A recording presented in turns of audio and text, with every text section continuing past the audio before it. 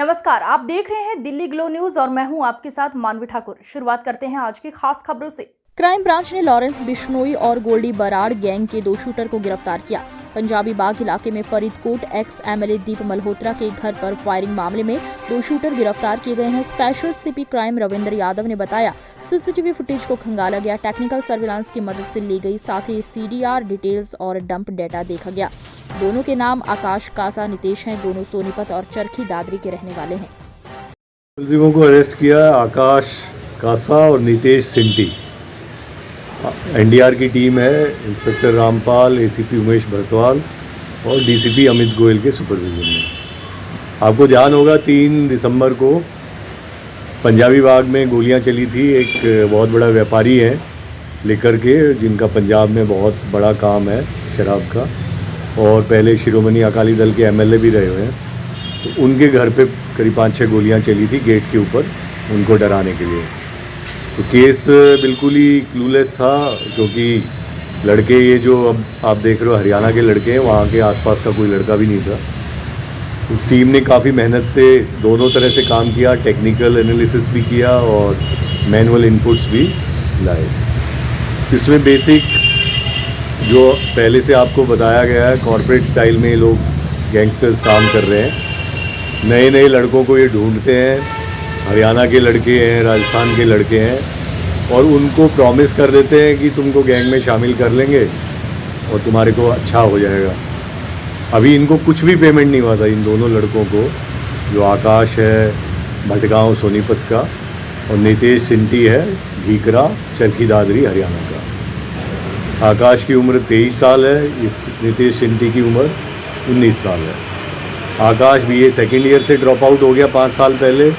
उसके बाद 3-4 केस में इन्वॉल्व हो गया, जेल में रहा वहाँ पे सोनीपत में, और फिर इस गैंग से जुड़ गया। नितेश सिंटी 12वीं में ही ड्रॉप आउट हो गया और इसको अपने गांव में कुछ इशू सेटल करने थे किसी और के साथ, तो उस चक्कर में इसने गैंग को ज्वाइन कर लिया। अब कहानी वही आती है कि सब जगह जो ऐप्स हैं वो इन्वॉल्व है, इंस्टाग्राम और ये जो सारे ऐप्स के थ्रू कोई फ्रेंड रिक्वेस्ट चली जाती है या किसी को फॉलो करने स्टार्ट कर देते हैं। इनको ये क्रेज़ है कि हम गैंग के मेंबर बन जाएंगे।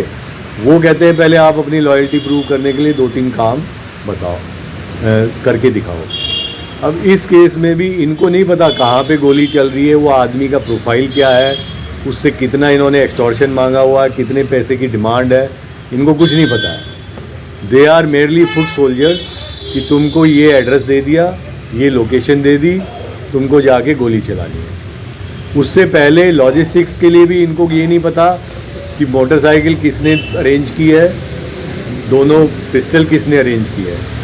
इनको वारदात से पहले बोला गया कि भाई आप सोनीपत गोहाना रोड या मूर्थल गोहाना रोड पे चले जाओ, इतने माइलस्टोन के पास ये जगह होगी, पेड़ होगा, पत्थर होगा, ये उसकी फ़ोटोग्राफ है, वहाँ पे पिस्टल होगी, वो उठा के ले आना, इतने राउंड होंगे। इसी प्रकार जिस दिन ये वारदात करने आए 3 दिसंबर को मादीपुर मेट्रो स्टेशन से उतरोगे, वहाँ पे ये वाली मोटरसाइकिल है, इसकी फ़ोटो भेज रहे हैं।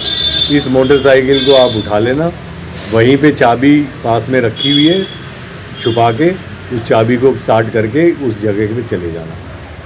एहतियात के तौर पे इतने लेयर्स ये यूज़ कर रहे हैं कि वहाँ जाने से पहले फिर ऑटो करोगे, ऑटो से फिर बीच में चेंज करोगे, वापसी में भी वारदात के बाद 500 मीटर के बाद ऑटो को छोड़ोगे, फिर दूसरा ऑटो करोगे, फिर तीसरा ऑटो करोगे, फिर बस करोगे, फिर मेट्रो करोगे, ताकि पुलिस भी जो है सीसीटीवी फुटेज खंगालती परेशान हो जाए, लेकिन कोई सुराग ना मिले। तो इसीलिए मैं कहूँगा कि बहुत ही काबिल तारीफ़ ये है जो टीम ने जो काम किया है, कि बिल्कुल क्लूलेस था। इनिशियली हमें वेस्ट डिस्ट्रिक्ट की टीम के साथ मिलके काम किया था, सीसीटीवी फुटेज वगैरह उनके साथ देखे थे। उसके लिए डीसीपी चित्र और डीसीपी अमित ने काफ़ी कोऑर्डिनेशन से काम किया था। लेकिन फिर वो आगे जाके डेड एंड आ जाते हैं कि क्योंकि ये इतनी बार बदलते हैं अपने मीन्स ऑफ ट्रांसपोर्ट को कि आगे जाने में मुश्किल हो जाती है।